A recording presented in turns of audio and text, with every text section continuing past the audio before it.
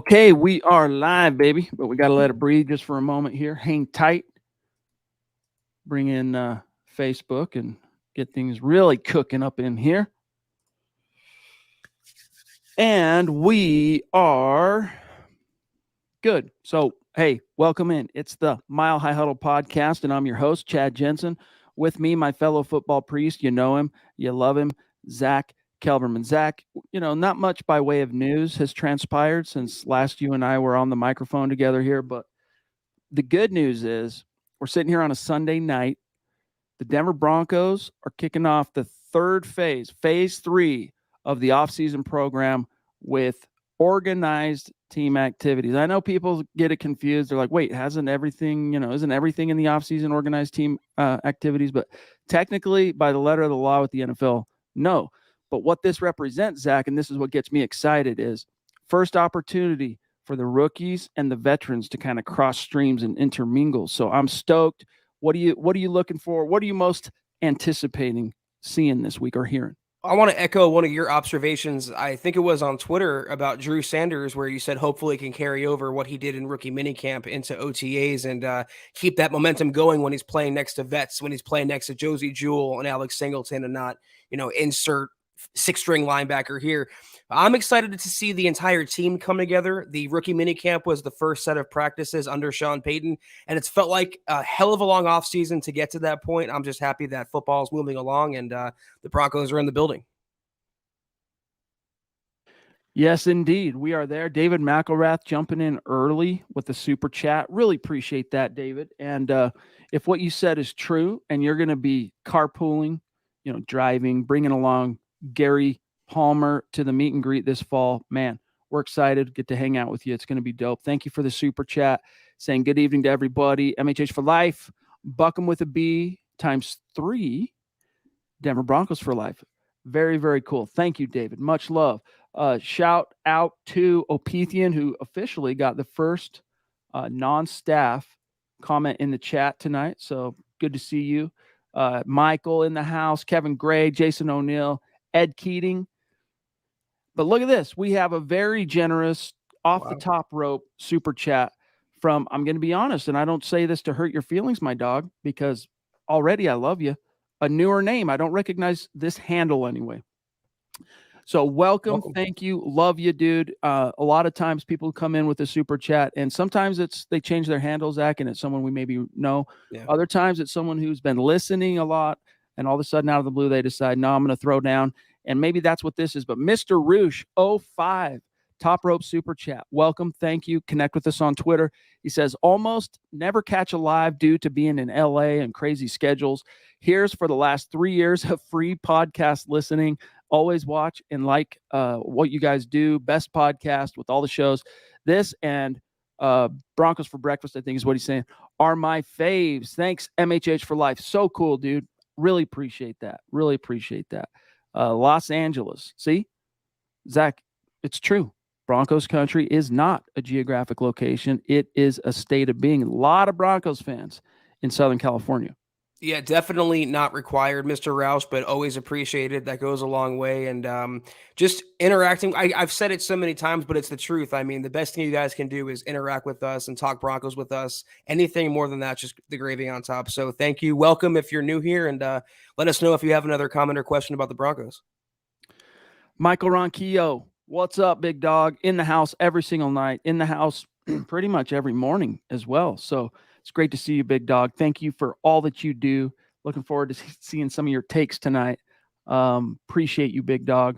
So, Zack, I got to tell you, one of the things I am looking forward to. Whoa, hold on. We got to pump the brakes for a second. I'm seeing some activity. SoCal Johnson, 84, saying, hey, I'm in LA too. Dope. Love it. LA. I lived down there for a very brief stretch of time. Actual LA, Hollywood, actually. And then as a kid, I lived in the Inland Empire.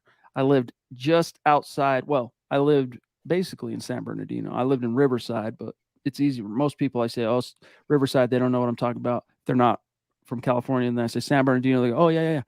But yeah, really cool to see. It's a small football world. So much love and respect. The Duchess. Yo, What is up, Michaela? Top roping it as Thank you, well as Michaela, she is as always. want to do.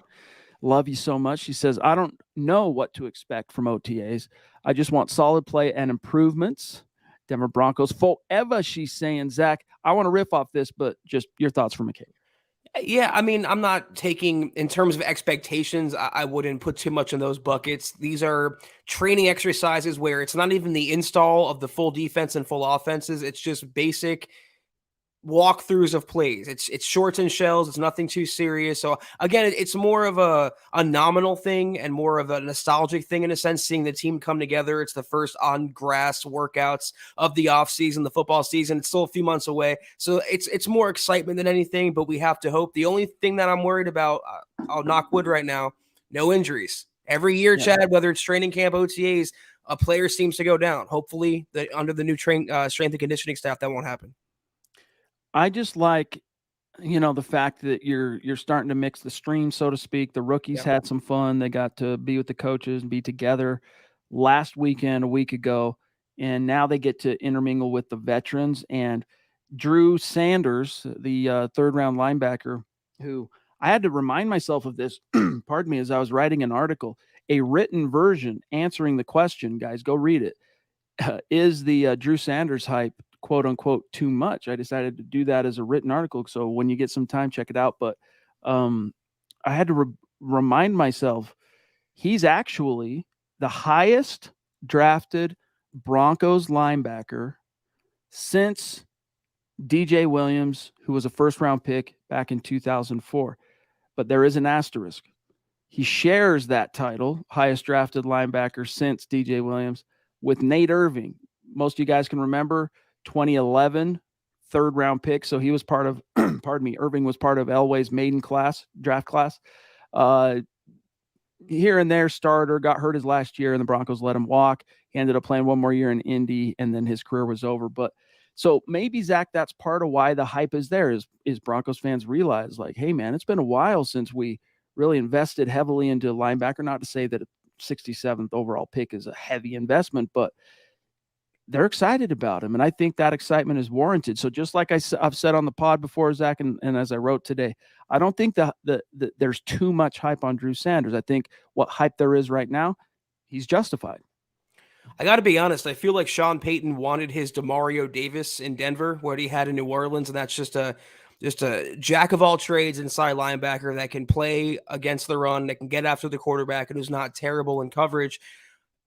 Drew Sanders showed on the first day that he's pretty good in coverage and he can, also be a force against the run. So it's more of the team realizing where they've gone wrong the last few years. You can't have two of the same player start at two spots. And Josie Jewell and Alex Singleton are of the same guy. They're good at what they do, but they're very one-dimensional. The Broncos haven't invested in that, and Broncos country knows that. We've all been pining for it for years now. That's why I feel like the hype is more fan-generated, but it's in a good faith kind of way. It's not putting too much expectation on him, putting too much pressure on him. It's just the excitement of having a dynamic inside linebacker finally on the roster. I think too, pardon me, Troy, good to see you, bro. Thank you so much for the very early super chat. And thank you for your patience too, bro.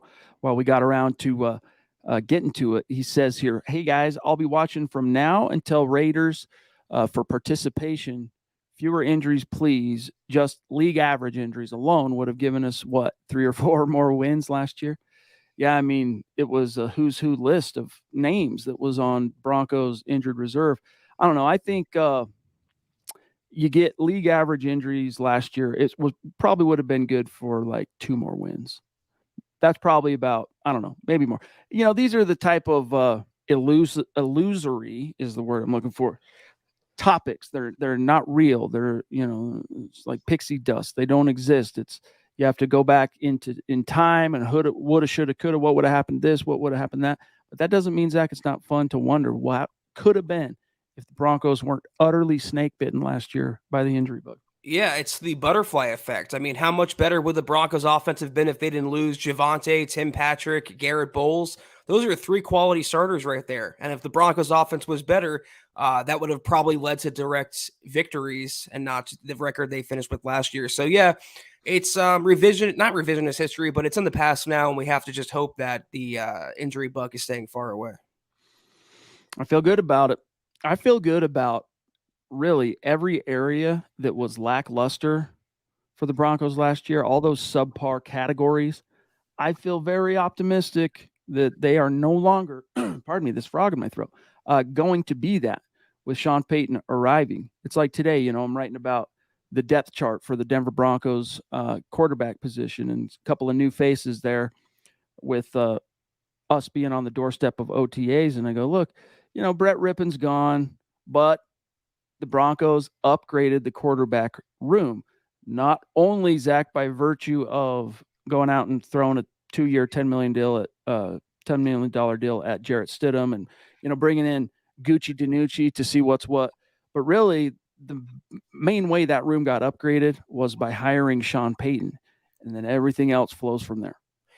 Scott brings up a good point that they didn't necessarily get better at center, and that's the only nit that you can really pick. Otherwise, I really agree with you wholeheartedly. But even in that respect, they didn't get worse at any spot. And you could say, they're not getting better, they're getting worse, but they've added a little insurance to Cushenberry. Who knows? Maybe Zach Strief and Sean Payton can save Cush. Well, that remains to be seen, but they have improved markedly at every spot, like you mentioned. But most importantly, Chad, head coach.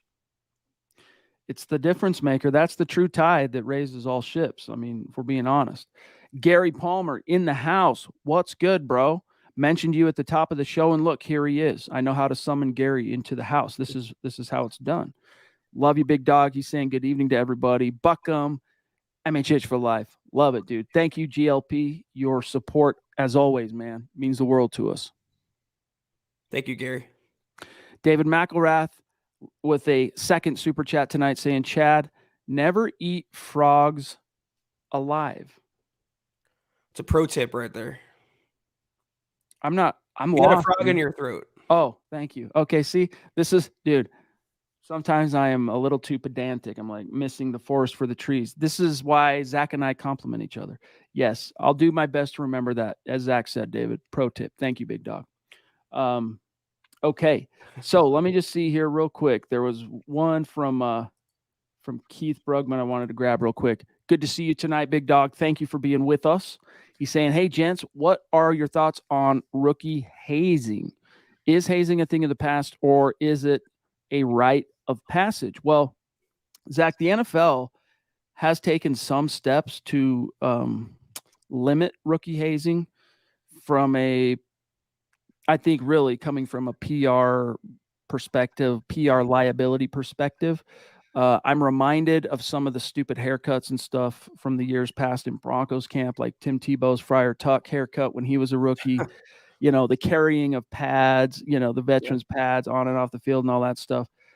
Honestly, I don't know that I would subject myself to it if I was a rookie, but that would depend. If I was a first round pick or a second rounder, third rounder even, I'd probably not do that. Allow myself to be hazed in that way.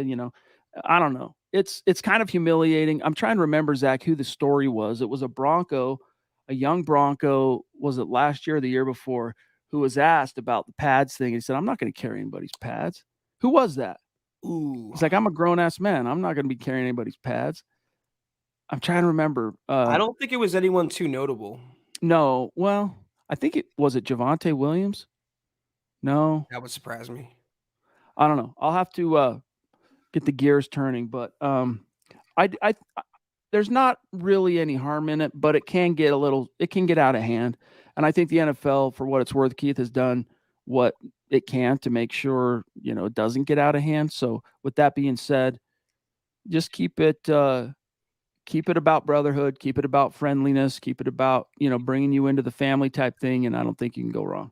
I think you're right about that. Keep it to horseplay, and no one would bat an eyelash. But in today's environment, with the social media and the way the world is now, or the country is now anyway, you can't get away with much. And you're right. The PR optics matter more than ever. So the teams will try to limit it, but you'd be a little naive to think that some sort of initiation isn't going on behind the scenes. As long as it doesn't become physical or, injure physically, psychologically, emotionally injure a player, then it's going to continue, I think, even behind the scenes.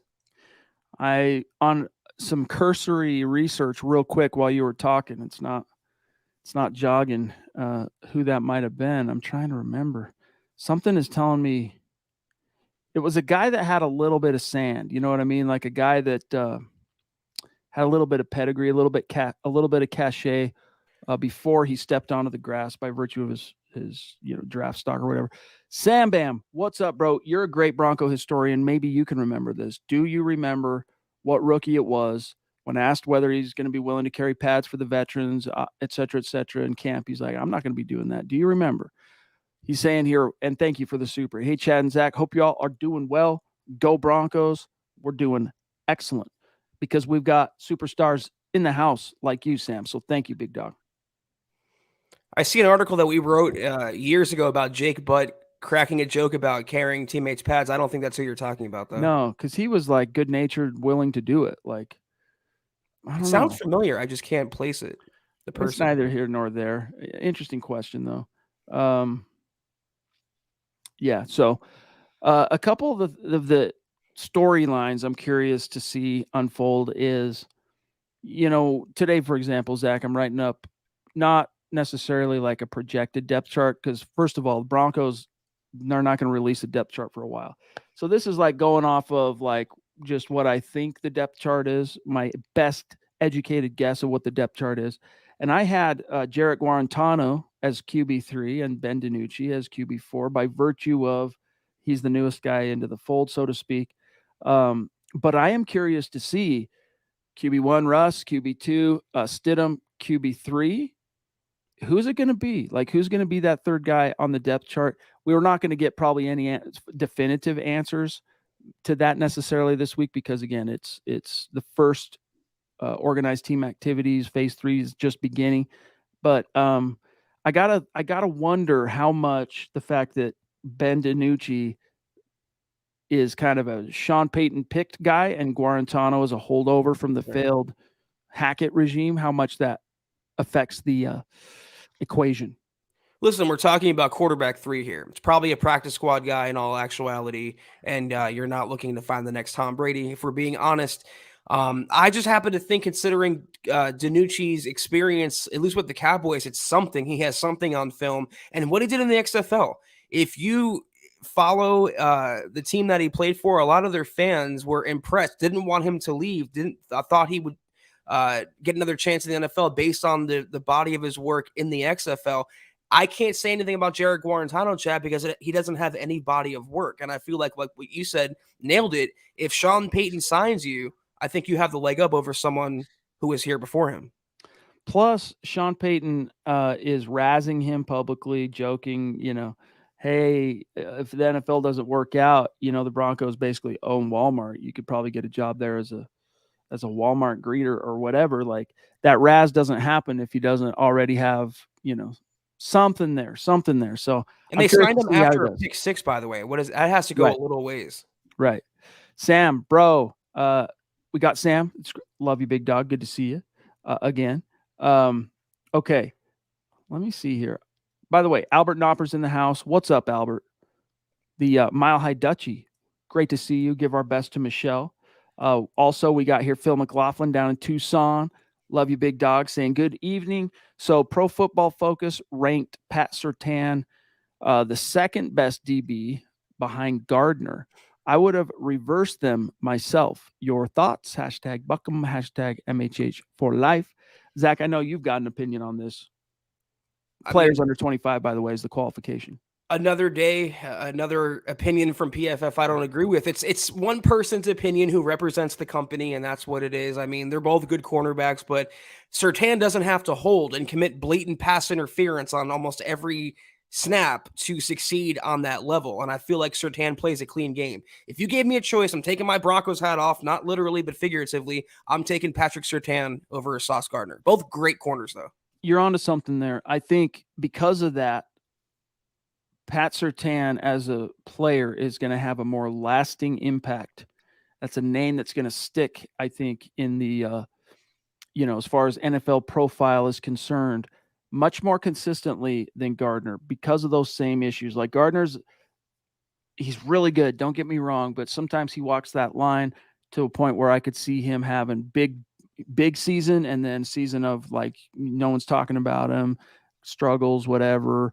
Big season, this type of stuff in the NFL. Whereas Surtain, it was like took 2 years and then boom, he's in the stratosphere. I don't see that changing, man. Just because he is so smart, he's got such a great football IQ and football constitution, and you pair that with his talent, dude, and his size. It's a tough combination. Tough combination to beat. There's a lot of reliability in Patrick Surtain's game, but he doesn't have the name Sauce. Like Scott said in the chat, he doesn't play for the Jets. He doesn't have that media market. I feel like coming into the league, Gardner was just like a media favorite from day one. I don't remember that fanfare around Patrick Surtain. And because the Broncos have been so forgettable on the field, unfortunately, even as good as Surtain is, he gets kind of lost in that shuffle. Where I'm from, sauce meant like alcohol. Like, hey, let's go down and get some sauce, gas station. Let's go, whatever. Good marinara. Sauce. See, but Tony Soprano, they'd be like, no, dude, that's gravy. Call that the gravy. I don't know. FA, yo, dude. So dope to have you tonight. Love you, big dog. So generous. It's great to see you. He's saying, hey, guys, long time. Hope all is well. It is. Says, sorry, I've been MIA. Work has been super crazy. Hey, man, we understand it. We feel you. We're happy to get you when we can. And thank you for, if you've been MIA, showing up and announcing your return with such aplomb. So much love and respect, FA. You the man. It's good to see you, FA. Hopefully work is treating you well despite being busy. And we always love actually seeing you in the chat. So if you have any comments, questions, please feel free to let us know. Okay, so a couple of things, Zach, that are slightly newsworthy is this article I had earlier over the weekend, Kareem Jackson. And apologies, guys, if my camera starts doing the delay thing. I'm just rolling the dice with it because I'm tired of not pulling up articles in real time and doing it from my phone. If it delays a little bit, charge it to the game. But Zach, it was interesting. He sat down with Kareem Jackson sat down with the Up and Adams podcast, Kay Adams, and talked about what the final catalyst was to returning to Denver, and also did a massive, massive mile high salute to Broncos fans. And this is what he said, quote, "For me, I've grown to love Denver. It's a great city. The fans there are like no other. Just having the chance to play in Mile High on Sundays, the atmosphere is ridiculous. It kind of reminds me of a college atmosphere. The fans are great." Then he went on to say, "Actually, I met with Sean Payton, had a chance to meet with him in person, and we talked about a lot of things. Obviously, we talked about the season, talked about what it would look like, Zach, with me coming back, and that kind of sealed the deal for me, and the rest is history." Close quote. So they slow rolled it for a minute, and now I'm back, and I see FA second super chat. They kept him on the back burner, had a face-to-face. Sean Payton, I can only assume, Zach, painted a picture that was, you're a starter, and Kareem pulled the trigger, and then we'll grab FA. Hope that wasn't the case. I hope there was some understanding that Kareem has to take a back seat at some point to the younger talent, and that younger talent is Caden Stearns. Could be right, though, because he was talking also earlier in that interview, not to cut you off, but this is good context. He was asked if there was any interest from Houston to return to Houston. In other words, were the Texans interested in bringing him back? And he said no. And as he was talking about it, he was like, talked about the different safeties that are on the roster there. And he's like, I wouldn't mind being the number 3, basically, and helping usher these guys along. So it could be that might be the role that Sean Payton has in mind. Starter if we need you, a big brother if we don't. He's a very intelligent guy. Say what you want about his on-field play. I really like the way he handles himself with the media.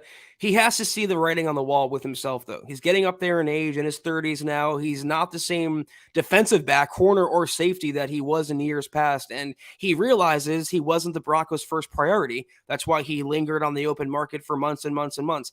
I like the leadership abilities he brings. I like that he points out correctly Broncos country as the best fan base in all of football. But there needs to be some sort of understanding that the younger guys will get more playing time this season. FA, sorry to keep you waiting on that second super chat, big dog. Thank you. Man, Thank so you, Anthony. generous. 2 top ropers saying, I plan on being at the meet and greet in October. Hell yeah, bro. Also, Scott, if you're here, I will be in Atlanta in June. Hopefully we can meet up. Right on, dude. So rad. So rad. We look forward to that for sure, man. It's gonna be so dope. Um, Keith, number 2, saying, hey, with NFL Europe now a thing of the distant past, in your opinion, is the USFL or the XFL a better developmental league? Which one of those?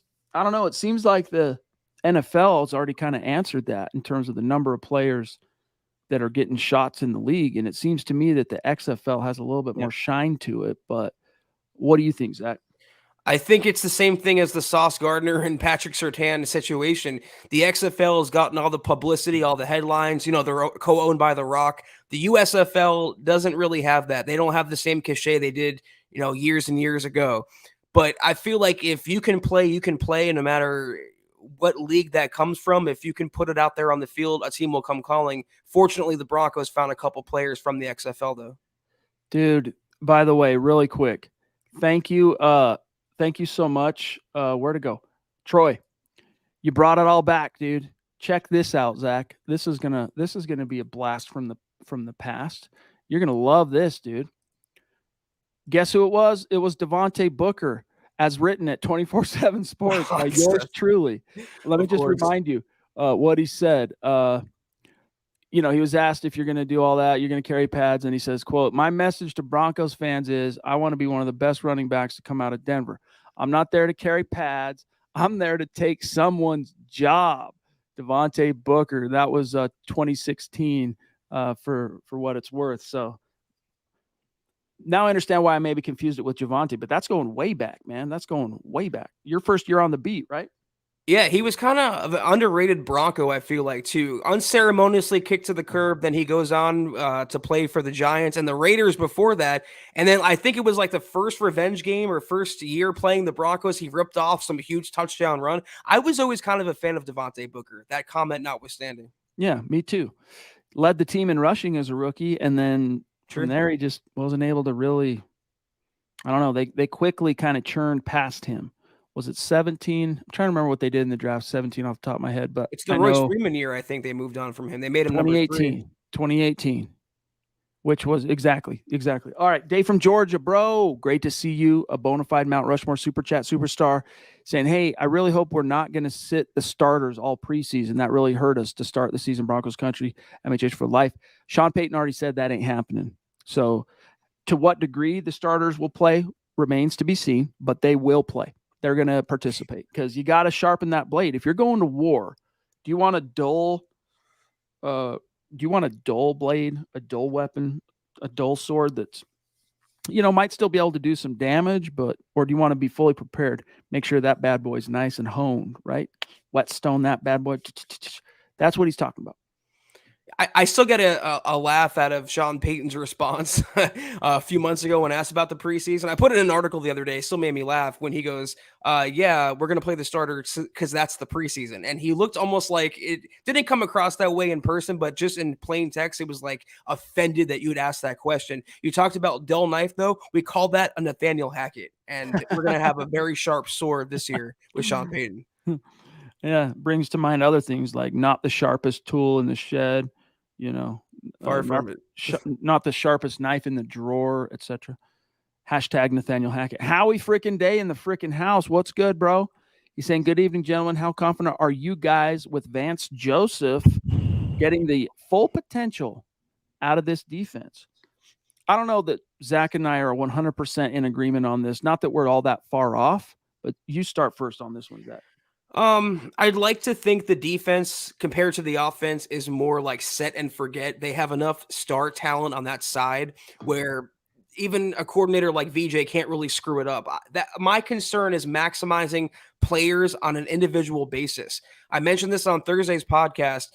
What VJ did in Arizona with Isaiah Simmons is criminal. They kept him in one spot, never moved him around, never let him become that Micah Parsons that he could be. I worry about that with some of the players on this defense, including Baron Browning, who's shifted from year to year between inside and outside linebacker. I like the fact that he's an attacking style coordinator. I feel like that'll be good for the Randy Gregories and the Brownings of the world. I just don't know if the defense can be a 10. Is he the one to get him to that point? Or are they only going to be a 9.5, for example? Yeah, I agree. Like in the sense of if you're expecting this to be Wade Phillips caliber, you're setting it a little bit too high. What I'm encouraged by is, yeah, he's gotten more experience with Arizona over the last 4 years, but I'm really encouraged by, if you guys can think back to his 2 years in Denver, Joe Woods was the defensive coordinator. There was running his scheme. Joe was calling it, and there were times, Zach, where Joe Woods would just straight up get into a funk. Midstream, mid game, they'd go into halftime, come out, and Vance Joseph would call the defense the rest of that half, and all of a sudden it looked totally different. Guys were, doing their jobs. Sausage was getting made, in other words.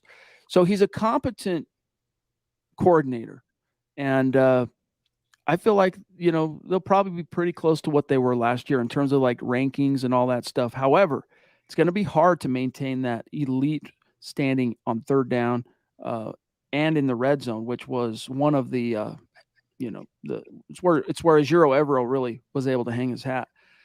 This is why the Duchess, one of the many reasons why, she is etched in stone, literally, like one of the first, I would say probably the second face, first or second face. When I say second, I'm only talking about Zeus McPeak, who was the very first person to ever throw down a super chat on our show, whatever it was, 4 or 5 years ago. I've lost track of time on this. And Zeus, so I've always said first face etched, right next to him, first one there, Michaela, love you so much. You mean the world to us. She's saying mucho love to the entire MHH family, Chad, Zach, and Scott. And remember, our Mount Rushmore, it's the Rockies after all. It's quite a lot. It's quite bigger than the real one, right? That only has room for 4 faces etched into that granite. So ours, as you guys saw at the end of last year, we revealed the 2022 MHH Mount Rushmore. Leaves room for quite a few more names, but Michaela always right at the top.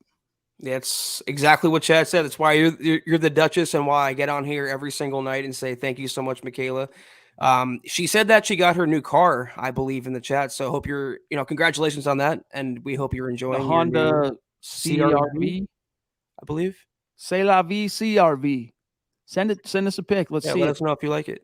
DM us in the on Twitter or something. Let me see it. Congrats on that. That's dope. I'm thinking about it. Scott knows this. I'm about ready for a new ride. Have a truck that you got to have to, do some of the stuff my family does, my wife does with hauling animals and different things we do, or she does. We do. What am I saying here? But the car I drive every single day, I'm looking to upgrade that. I'm looking to shake things up. I've been in the same car. Zach, how long you been in the car you're in right now? I'm actually car shopping right now. My lease is up in August, so okay, I'm right there with you and Michaela. So lease is up. So what was it? A 2-year? 3-year. 3-year? Yeah. So I think mine was a 2019, brand new. So if you guys have suggestions, Scott gave me a couple of really good suggestions. So for what it's worth, but I'm looking for. I've got a big family. I got a lot of kids. Okay. I live large. This is the way it is, but I need an SUV that can fit some kids and is dope. George, bro, love you. Great pod. He says, guys, thanks for making the downtime interesting. Den Bronx for life, MHH for life. You guys make it interesting for us. That's the truth. So thank you, big dog. Brent P. Yo, man. Thank you, Brent. This is why we are seriously so blessed, so grateful. We're so lucky, and we know this. Great to see you, Brent. You've come on strong big time this offseason, and it's been great to see you, man. Thank you so much. He's saying, evening, Chad, Zach, and Scott. I look forward to seeing how PS2 rubs off on rookies. Also, what are your thoughts on no overseas games? MHH for life. For those who are wondering what he's maybe talking about, Patrick Surtain revealed this week that his one of his goals for year 3 is he wants to now kind of step into being more of a leader, more of a locker room leader. And Zach, it's going to be a lot easier for him to do that. It would have been easier for him to, relatively easy compared to maybe some young players, to assert himself as that earlier in his career because of his bona fides as a decorated college guy at Alabama and then being a first round pick. But now that he is an all pro and a pro bowler, the team's lone pro bowler from last year, he's got some, not so much bragging rights because that's not really his style, but he's got some cachet. And so when he talks, people, these younger players, they're going to listen, they're going to rally. So I'm stoked on that. But what are your thoughts here for Brent? I wonder, though, if Justin Simmons also talks to those rookies, listen to him first because he has seniority. Right. There's a lot of star talent in that secondary alone where, Surtain can find his place on the defense, but I think he lives in Simmons' shadow until proven otherwise, at least in terms of NFL skins on the wall. But he's the type of player to lead by example as well, Chad. If he can continue being a first-team All-Pro and shutting down opposing receivers on a week-to-week basis, if I was a cornerback that played for the Broncos, that's what would motivate me the most. I want to be like that guy. I want to be the next Deion Sanders. I want to be the next Champ Bailey because that's what PS2 is. The second half of his question, though, about no overseas games, does that bother you? Because to me, I literally could not care less. Me either. So there's your answer, Brent. What about you, though? Does that bug you? I mean, it's a great opportunity for the team. It's like having an additional, prime time type game, but it's a lot of rigmarole to get across the pond, man. A lot of planning that has to go into effect long before they ever depart, and you've got that jet lag and all that stuff. But I'm okay with it. I'm okay with Broncos not partaking this year, Zach. And a longer flight means more time for high knees, and I'm not trying to hear about that again, Chad. So anything that can take the national spotlight off of Denver. They won in London against the Jaguars, but you never know it because Russell Wilson supposedly did high knees on the plane. So I'm good on the no overseas game. I'm guessing that if he does that this year, like they're flying somewhere back east or whatever, Buffalo, he starts doing the high knees, Peyton's be like, "Yo, Russ, sit your ass down, dude. We're trying to chill. Buck you. Buck and sit down." That's with a B. YouTube. FA. Whoa, dude. Going off. Thank you, FA. Going off, dude. Thank you. Hats off. Hats off to you, my dog. Saying, can we start football season already? Thank goodness for the MHH community to keep the football talk coming. At least the Atlanta Braves are good. Hold me over till the season. Miss you guys, though. Yeah. That's one of the, if you're a multi-sport fan, that can help get you through the NFL off season once the draft is over. And usually for us, Zach, it's just those 6 weeks leading up to training camp that are the hardest part to navigate. Yeah. This year's been a little bit trickier and a little bit different. And we've put our heads together trying to figure out exactly why that is. But all I can come up with is not you guys, those of you who are in the chat right now, those of you who are listening every single day, whether it's here on YouTube and Facebook or after the fact on demand, you're here just like us from no matter where it is on the NFL calendar. But there is a certain segment of Broncos fans, and I use my dad as an example. Shout out, Pops, Mark Jensen. There is I'll say probably half of Broncos fans, all right, fall into this same category where I wouldn't say they're surface fans. It's not like I'm not trying to throw shade on them, but they're the type of fans where, by and large, Zach, they follow the team when the team is playing games, right? So in other words, from September really until January, they're engaged. And then in the off season, they'll read stuff that's relative to a free agent rumor or signing or NFL draft rumor or signing. And then they shut off till football starts again, the season, not camp, not OTAs. They don't care about any of that. People like that, this time around, they didn't even read the blogs in the off season. Yeah. They're not even trying to, they don't care. It's a combination, Zach, of not having a first round pick for 2 years in a row, as far as losing some off season excitement in the greater Broncos country fan base. And then also 7 years of what it's been. Last factor here, we've been told things are changing before. We've been told that it's all different now before and in recent past.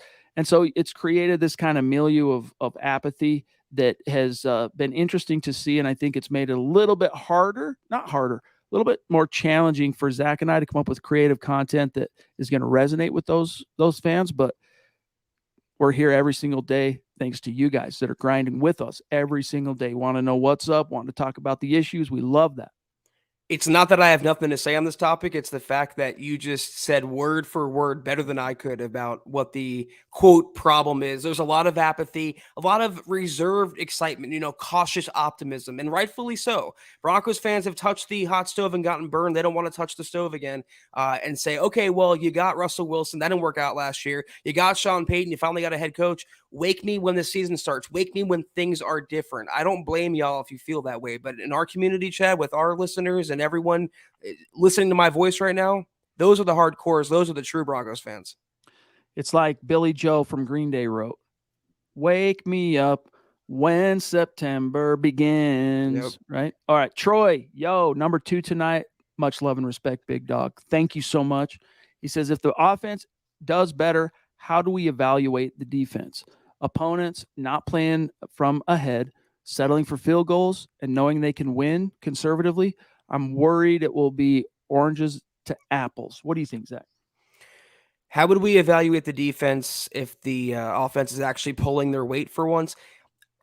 It does kind of mask it because it would quote make the defense's job easier, not have to play with certain field position, play from behind, be on the field longer, which was a huge problem last year.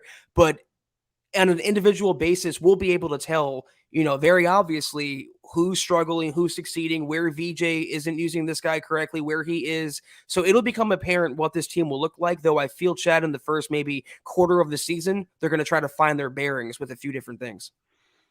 Yeah, well said.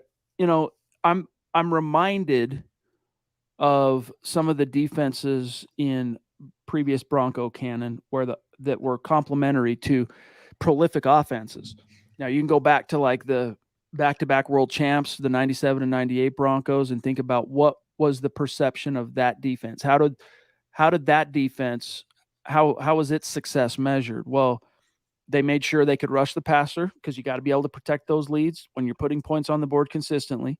That era of the Broncos did it. They had big Alfred Williams, they had Neil Smith rushing the passer, and then you got to have cover guys that can handle that additional, perhaps, Zach, volume of passes for teams trying to play a little bit of catch up. Because back then, 98 was different. 98, they were blowing teams out of the water, but like that era of Bronco football leading up to 98, which was the pinnacle, the Broncos weren't necessarily blowing teams out, but they were consistently putting points on the board, which is always putting pressure back on the other side, putting pressure on.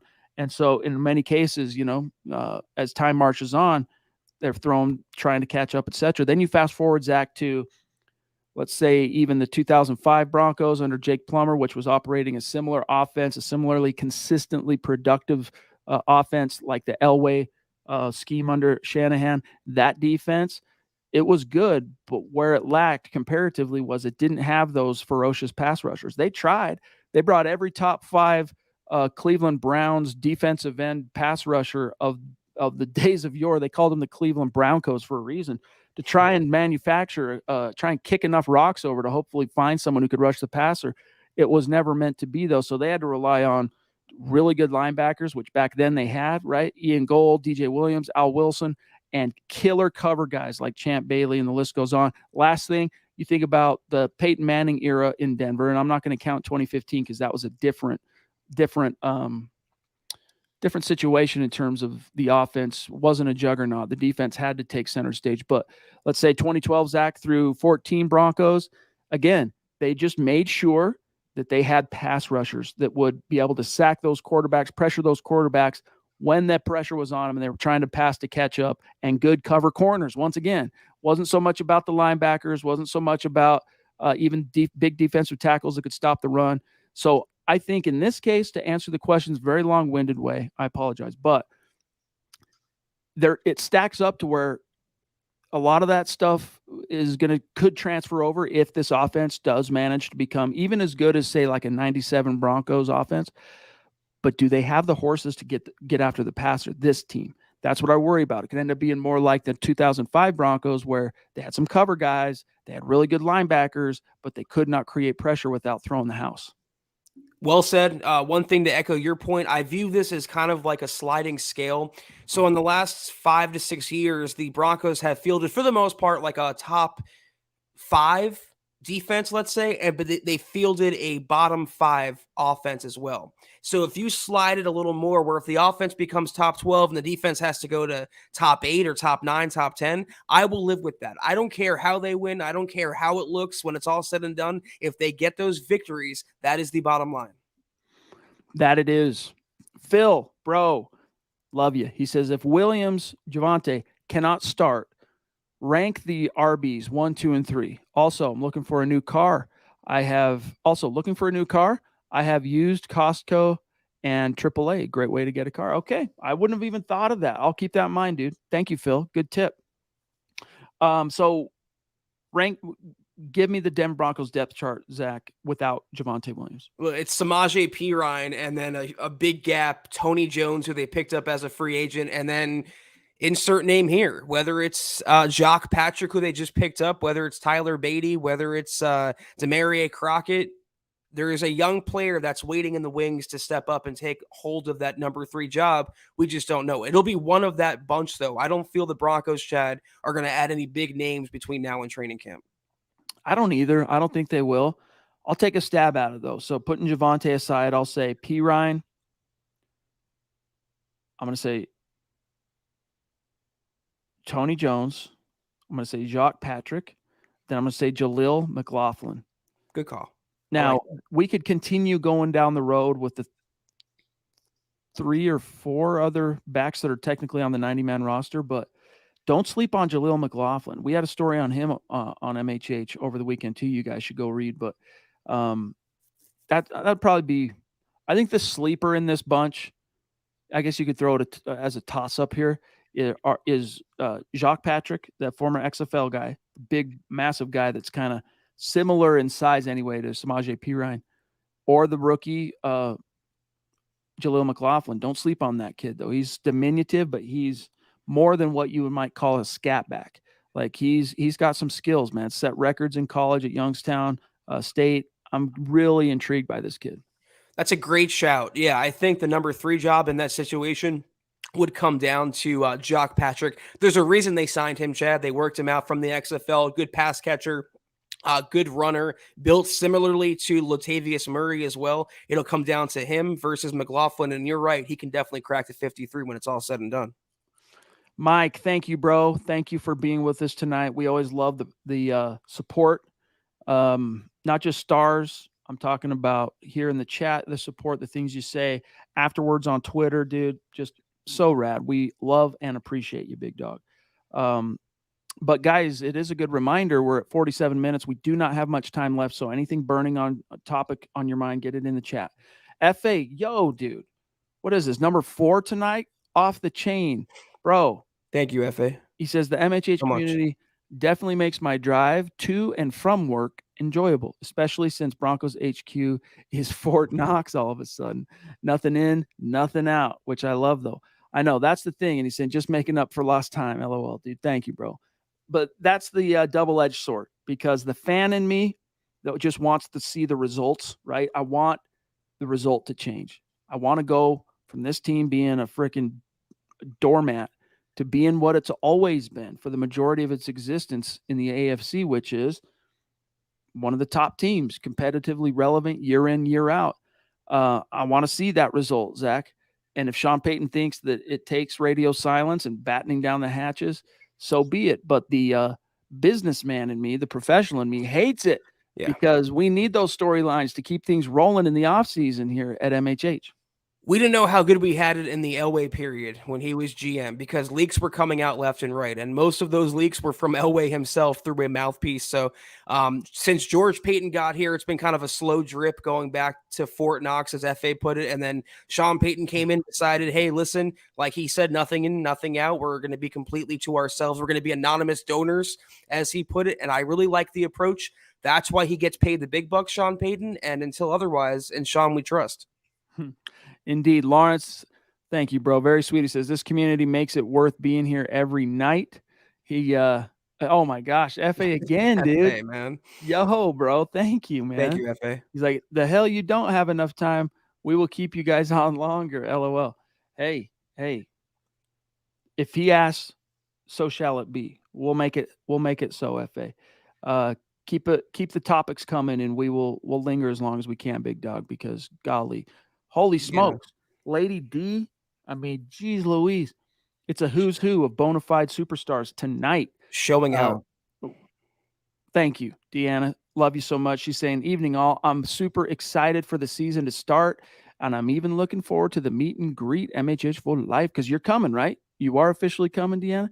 Get those flights booked now. Cheaper. The sooner you do it, the cheaper those tickets will be. Can't wait to see you there, Deanna. Thank you so much. As always, you are amazing. Seriously. Love you. And seriously, like similar to what I was saying about Mike Ronquillo, love all the support and the positivity and the engagement on Twitter. Really means a lot to us, Deanna. So thank you very, very much. Okay. So 50 minutes, we're okay. I want to grab this real quick from Todd because he's so diligent. He's in the chat every night. He says, I also want to see what running back will stand out as a good third running back candidate. Who shall it be? So it depends on your definition of good. To me, Zach, what I think here is, all right, if it's the third guy, what do we know about the first two guys? So in this case, I am going to include Javonte Williams into the equation because I think he is going to be a part of this, even if it isn't as, immediate the first quarter of the season. But what is Javonte? He's a do-it-all back. He can do it all. What is Samaje Perine? Same thing. Both those guys, even though they have slightly different style to them and slightly different body type, they are two guys that can do everything. Okay. So in that sense, the third guy, you got to look at it like this, Zach. Do you want it to be someone who can also do everything? Master of all, so to speak? Or do you want it to be a guy that is change of pace, that when they go in, it's not a kind of energy vibe stylistically, it's different from the other two guys. So that's where you have to really prioritize what that even means.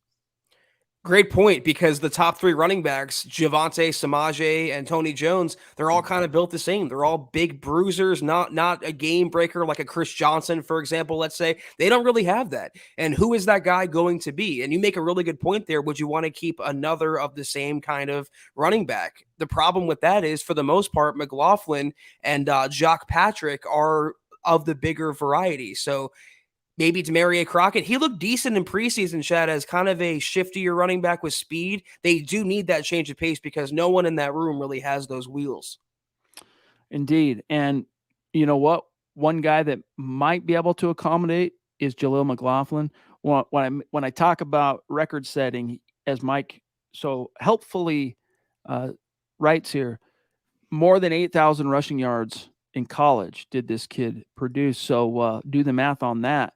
But he's 5'7", what is he, 5'7", 185, something like that. So he is a smaller guy.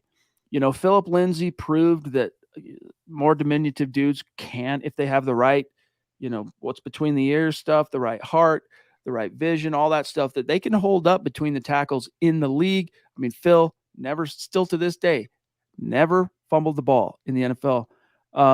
But it's the exception, not the rule. I think Jaleel, Zach, if he ends up finding a way to stick to this roster, it's going to be with explosive playmaking. He's got speed. He's got short area quickness. I haven't watched any of his tape. I shouldn't say any. I haven't watched like any game film where I'm like studying how he does. It's just a few highlights here and there from what I've seen.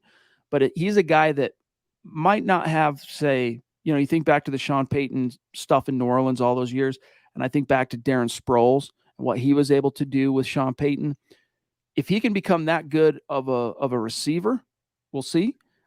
Man, there's room for that kind of a role on this offense. They don't really have that. I mean, Javonte can catch the ball out of the backfield. Perine can, but not a guy like Sproles who could catch the ball out of the backfield. Great vision, twitchy, freaking hard to tackle because you can't catch him.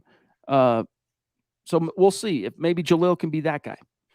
Yeah, I feel like I'm going to summon Vic Fangio for a second. So, earmuffs if you have to. Remember when he said tackle? Always gets me, man. Tackling was non-negotiable. That was one of his big deals, and how funny that turned out to be. I feel like for Sean Payton, what's non-negotiable for a running back, you have to be a good runner, obviously. You have to be a good pass catcher. You have to be good in blitz pickup, or at least serviceable, and you have to contribute on special teams. So whatever of those players really stands out as a quote four-way guy will get the attention of Sean Payton, and that could be Jaleel McGough. I think you're right about that. And that now also, I think, answers Phil's question: which of these guys compares to Philip Lindsay? And I honestly don't say this just because of the relative size. I mean, Phil had about 10 pounds on him and an inch in height, but it's probably Jaleel McLaughlin, honestly. But it's not an apples to apples comparison because, again, Lindsey had all those, wasn't a great catcher out of the backfield or whatever, but he could run. He was fast as hell, man. You give him daylight, dude, gone. Think of all those highlight plays, Zach, 2018, got him all the way to the Pro Bowl.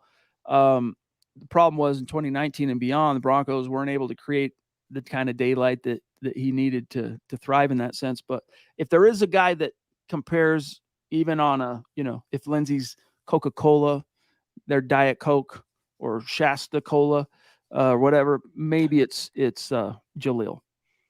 And I want to say really quickly, a player, I brought him up, but he really gets no attention. I liked what I saw from him, and I think it was the season finale, Chad, of the second to last game. Tyler Beatty came out of nowhere. I think he was an undrafted rookie or something along those lines, and he had some wiggle too. I think he had a 24-yard catch in one of those games, so don't count him out either.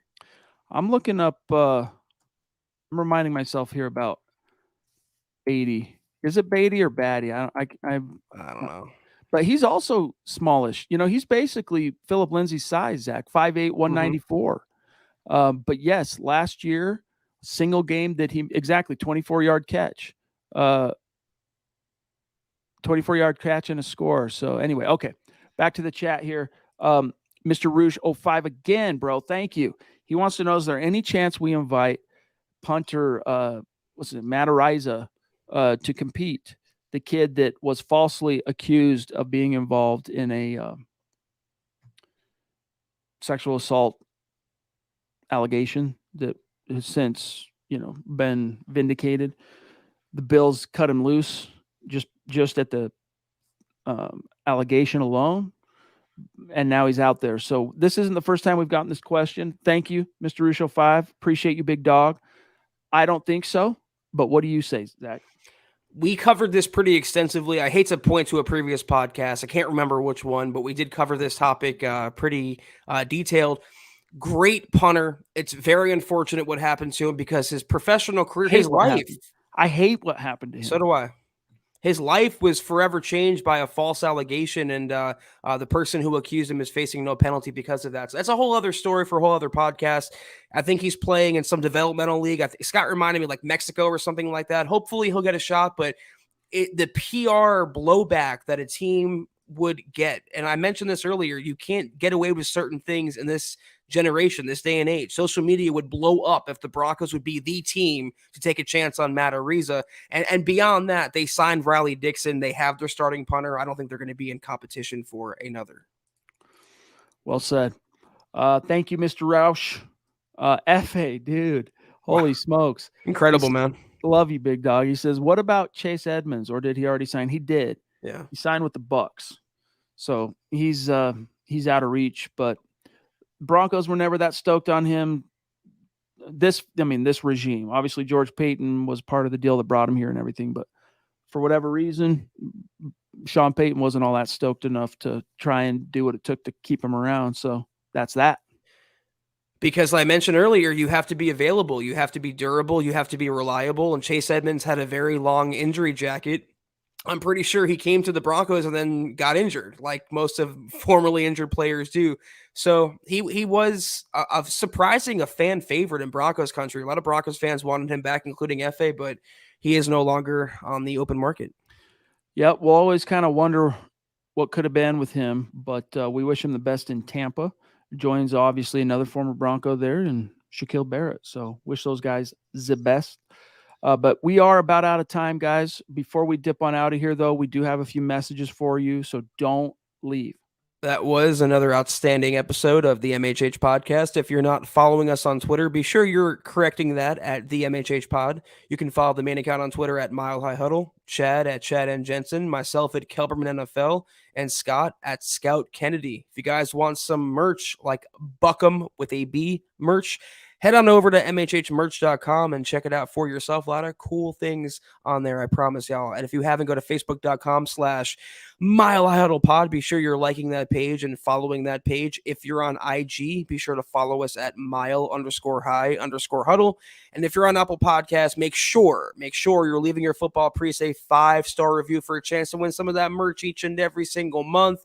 But if anything, please subscribe, like, and share this video and every video you see on the MHH channel. It really helps us grow and reach more Broncos fans, just like you.